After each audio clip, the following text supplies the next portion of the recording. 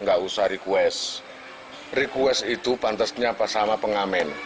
Buka saja di playlist. Di situ nanti numpuk judul banyak.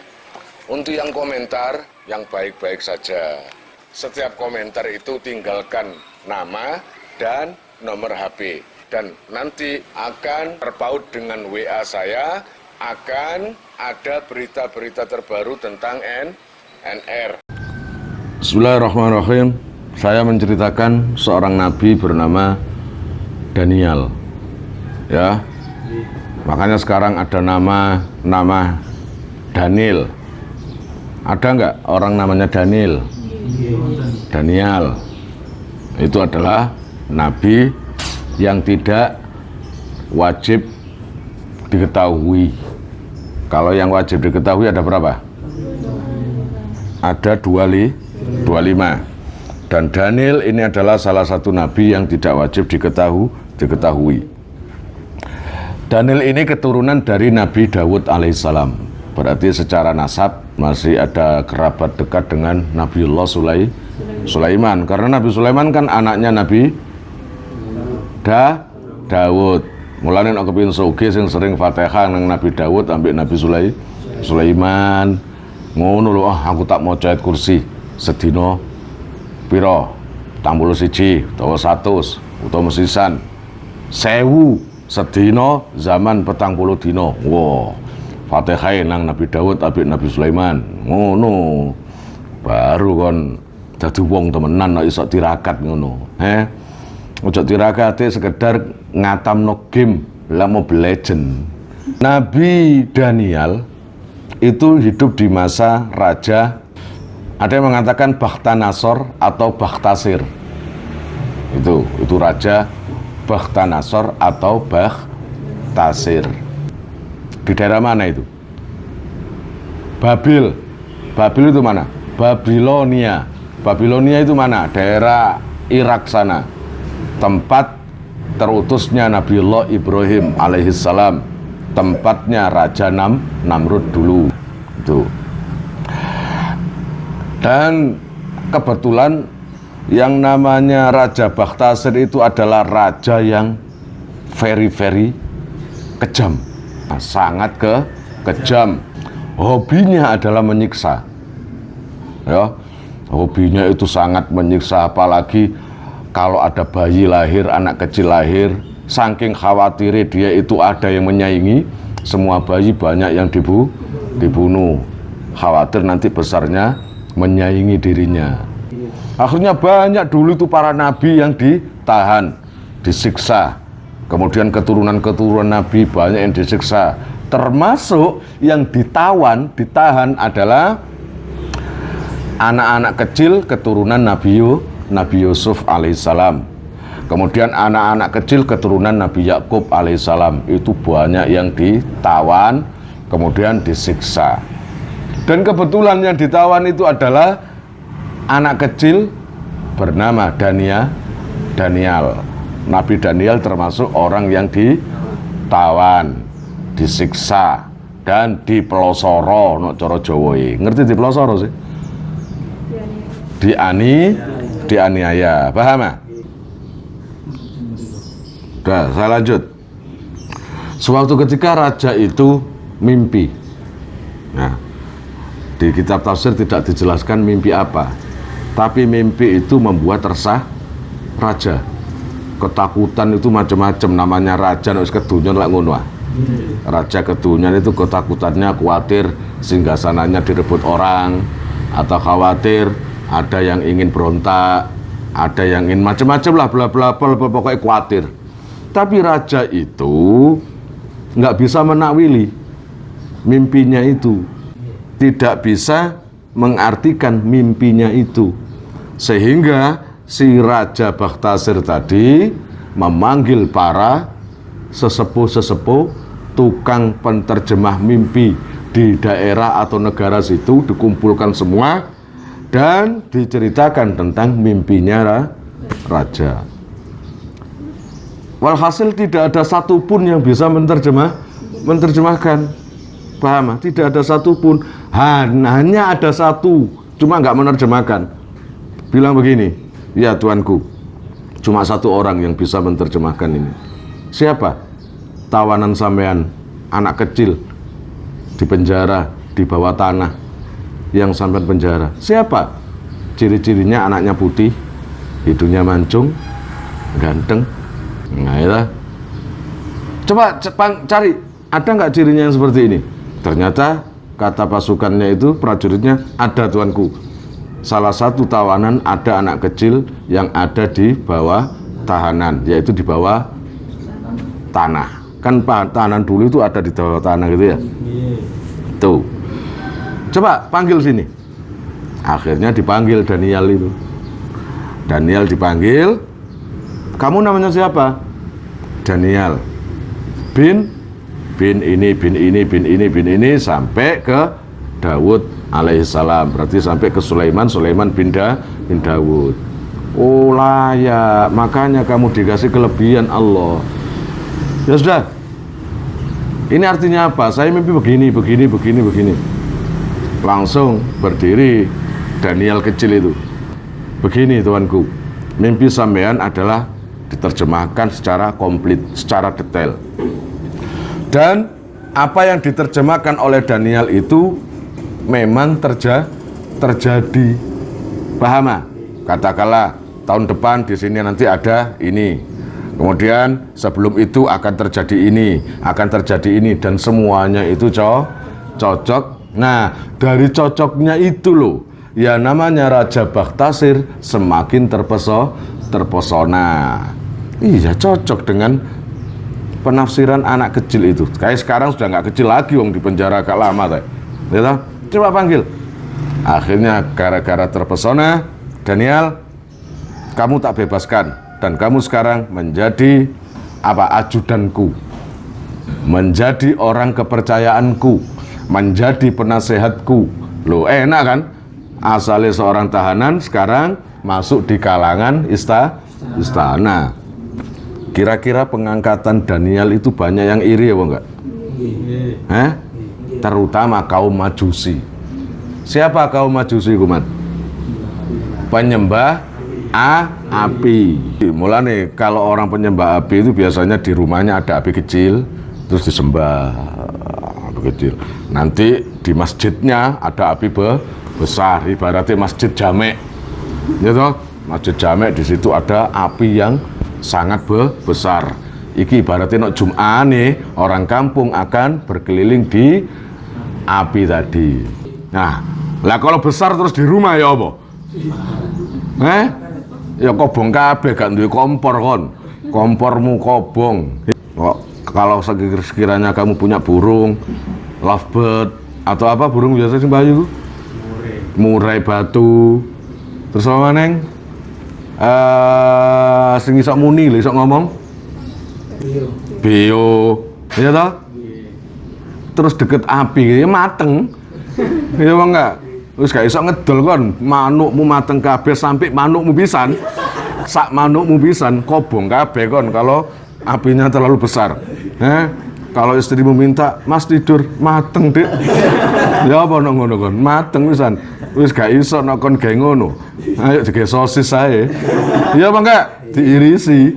Mulane kalau di rumah cukup api kecil, gitu loh. Nah, orang Majusi itu merasa iri karena berharap dari kelompoknya Majusi akan masuk di istana dan menjadi kekasihnya atau menjadi orang yang dipercaya oleh raja. Kenyataannya bukan dari kalangan Majusi. Ternyata yang dipilih adalah siapa tadi? Daniel. Akhirnya yang namanya orang Majusi itu sangat jengkel. Jengkelnya itu dengan berupaya menjebak. Ya, jadi dijebak agar Nabi Daniel tadi meninggal wafat. Berbagai pasangan atau ranjau, berbagai jeglongan, apa itu namanya? Galian yang di dalamnya ada pedang, di dalamnya ada runcing-runcing biar terperosok, dipasang. Tapi Nabi Danielin selalu dijaga oleh Allah, diarahkan oleh malaikat. Nabi Daniel mau ke sana, tiba-tiba kakinya melangkah sendiri agak belok. kok aneh, kayak aneh gitu ya. Loh kok belok sendiri? Akhirnya belok selamat dari lobang. Ini lebih diperhalus lagi rencananya, yaitu orang Majusi membikin satu tempat kayak penjara yang ada di bawah bumi, yang orang nggak ada yang tahu. Di situ ada 2 ruangan, yang satu ruangan meja kayak ruang tamu, yang agak dalam lagi yaitu ruangan hewan-hewan buas. Kayak to hewan buas, kayak to macan, kayak to singa. Jadi yang satu ruangan ada kumpulan hewan-hewan buas, macan, singa, termasuk ular, ada ruangan sendiri, ular kobra, ular apalagi, kemudian buaya darat. Nah, buaya itu orangnya sangat setia, nggak pernah ada buaya selingkuh, gitu. Angger buayanya masih di air. Tapi kalau buayanya sudah di darat baru selingkuh. Makanya nggak mau para istri-istri itu, ya suamimu ku menang jeding ya enggak, biar nggak di darat. Kalau di darat, wah ada cewek mulus didik, dah lupa rumah ya enggak, rumah lupa. Ono wong wedok bingis-bingis adik, Mas. Ya apa kira-kira? Mulane dungakno nang omah supaya selamat, supaya imane. Mulane ada donga, Rabbana la tuzigh qulubana ba'da idh hadaitana wa hab lana min ladunka rahmah. Ketika sujud terakhir biasanya kan baca Subhana rabbiyal a'la wa bihamdi 3 kali. Setelah itu baru Rabbana la tuzigh qulubana ba'da idh hadaitana wa hab lana min ladunka rahmah 3 kali. Itu agar apa sih? Agar kamu itu imannya terjaga, tidak tergoda dengan siapapun. Ngono loh. Insya Allah perempuan apapun tidak menggoyahkan hatinya kecuali istrinya sendiri yang di rumah. Paham enggak? Gitu loh ya. Nah aku gak kena dikon ngono ojo. Takum ada dikum takum dewi ambek aku. Ya enggak sapa ngegum aku, takum dewi ambek aku. Suka-suka aku lah. Nah, ya, salah dewi di depan ada cewek cantik. Siapa yang salah? Ya cewek kan? Sudah tahu cantik ngapain ada di depan saya? Mestinya yang merasa cantik menjauh lah. Nah, saya kan imannya masih belum kuat. Nah, ada alasan ngono, kan masih belum kuat. Gak, saking guyon. Nah, lebih halus lagi, orang Majusi tadi ingin apa? Menjerumuskan atau menjebak Nabi Daniel dengan cara apa? Pakai undangan, gaya undangan biru, ya, atau undangan pink, atau undangan merah. Terus di depannya ada tenda biru.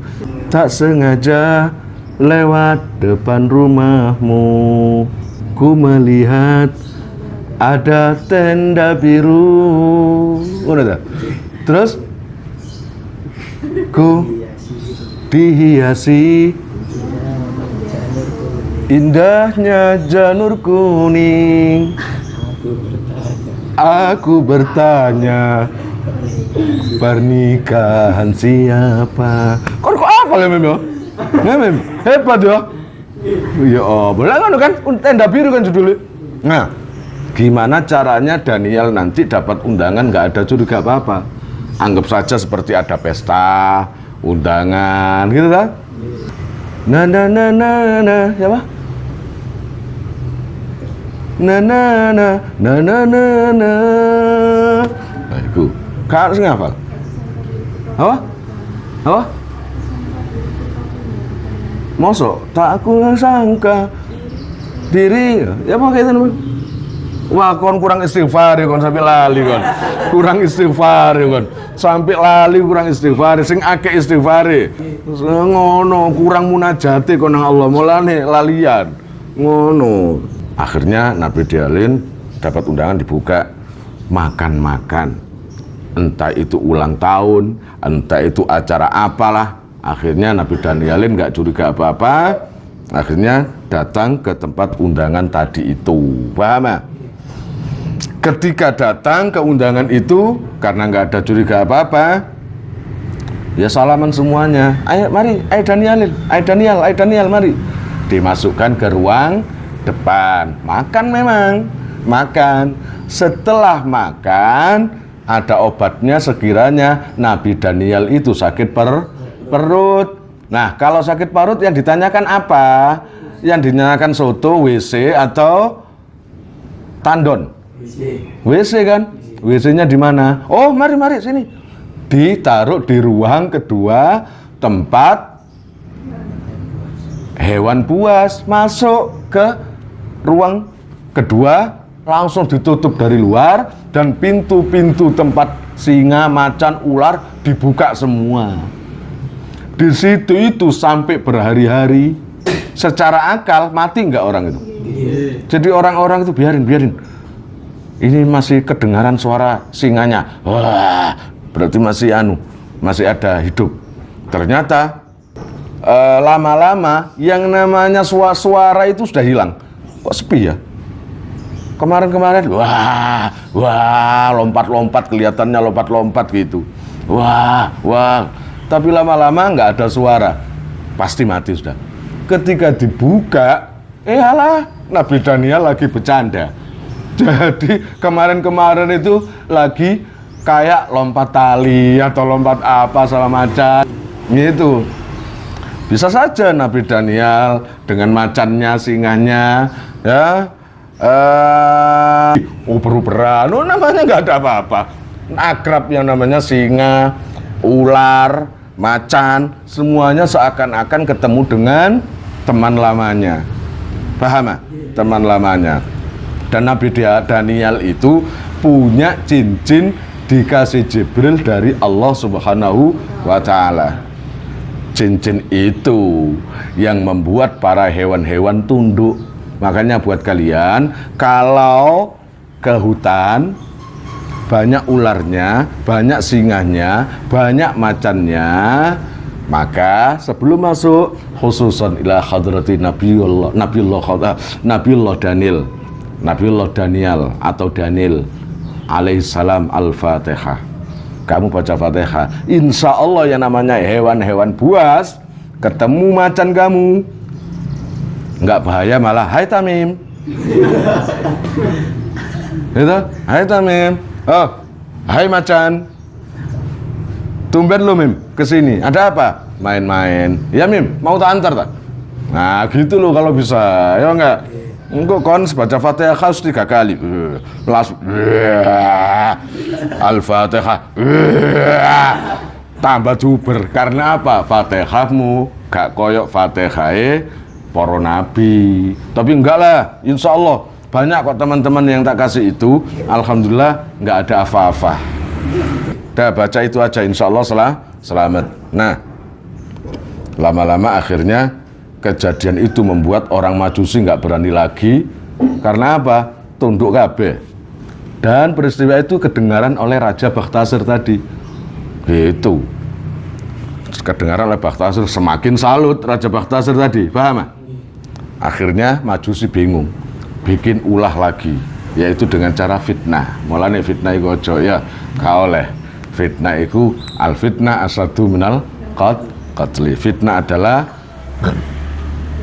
lebih kejam dari pembunuhan. Nah, ini orang Majusi berbagai cara gagal. Akhirnya yang terakhir dia menghembuskan isu yang berkenaan dengan raja. Duh, kata orang Majusi, Daniel bilang katanya raja itu kalau tidur bangun sendiri sambil pegang burungnya terus kencing. Kencingnya dimanapun tempat dia berdiri, di situ dia kencing. Gitu. Akhirnya menyebar yang namanya Raja Bakhtasir, hobinya atau sukanya berjalan sendiri ketika tidur, bangun sendiri sambil pegang burungnya dan kencing dimanapun dia berhenti. Padahal Nabi Daniel nggak bilang gitu, tapi dihembuskan oleh orang Majusi. Akhirnya terdengar dengan Raja Bakhtasir. Raja, ini masyarakat sudah umum kalau sampean itu katanya kalau tidur begini. Ih, malu namanya raja. Siapa bilang? Katanya sih itu. Terus itu katanya itu. Katanya Daniel yang bilang. Orang nggak tahu malu, nggak tahu terima kasih. Di sini sudah tak angkat menjadi wakilku. Seenaknya sendiri, jengkel. Yang namanya Raja Bakhtasir tadi. Akhirnya Daniel dipanggil, tapi nggak dimarahi. Ganti raja yang bikin jebakan. Jengkel kan sama Nabi Daniel? Jengkel, ganti raja. Ini gara-gara dia ini menfitnah aku sampai namaku buruk. Mosok seorang raja ganteng koyok ngene, kalau tidur bangun pegang burungnya sendiri, langsung keluar kamar, langsung cur, sambil burungnya didangakno. Masa gitu? Memalukan kan?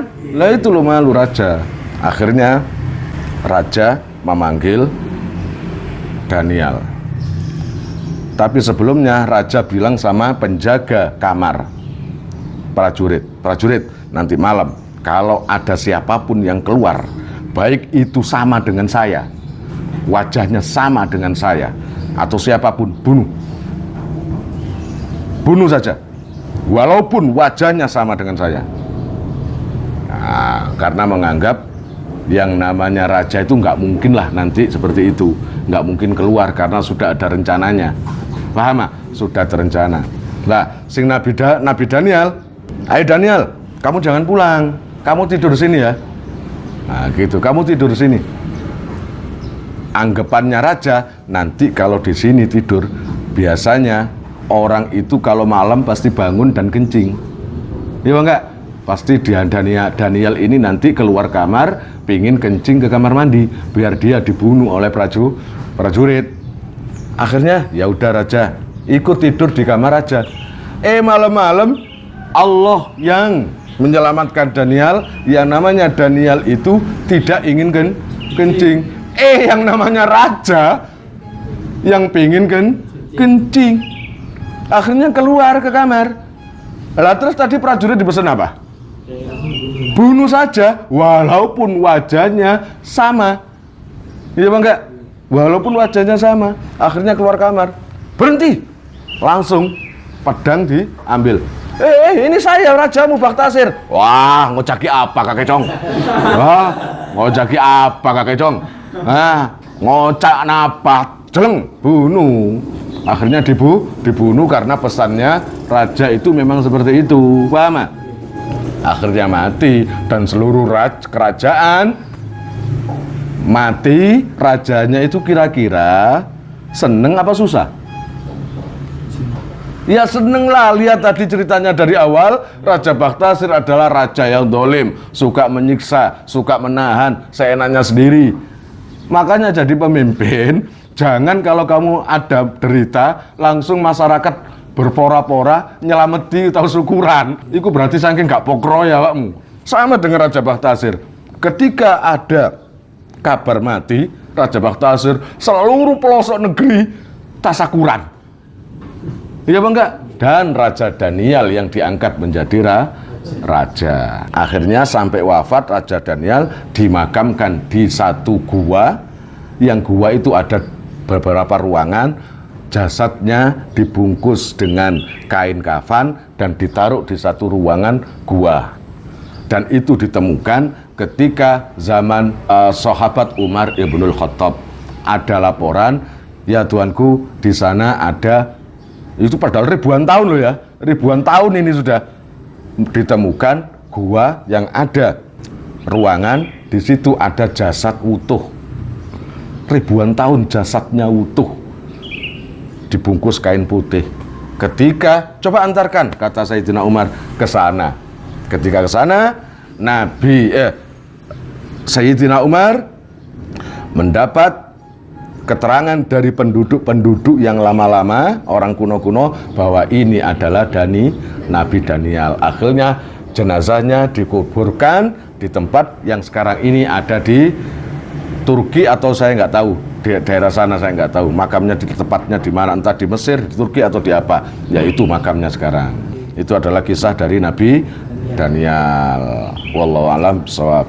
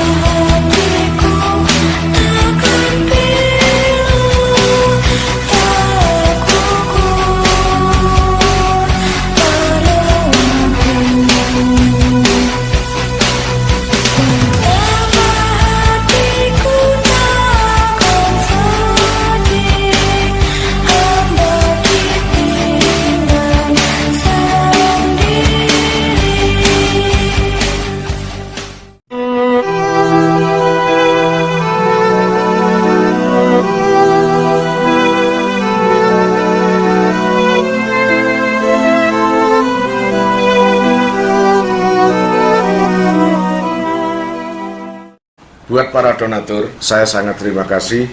Insya Allah barokahnya, manfaatnya akan sampai pada kalian dan menjadi jariah nanti. Dan akan lestari terus sampai kalian meninggal itu nanti.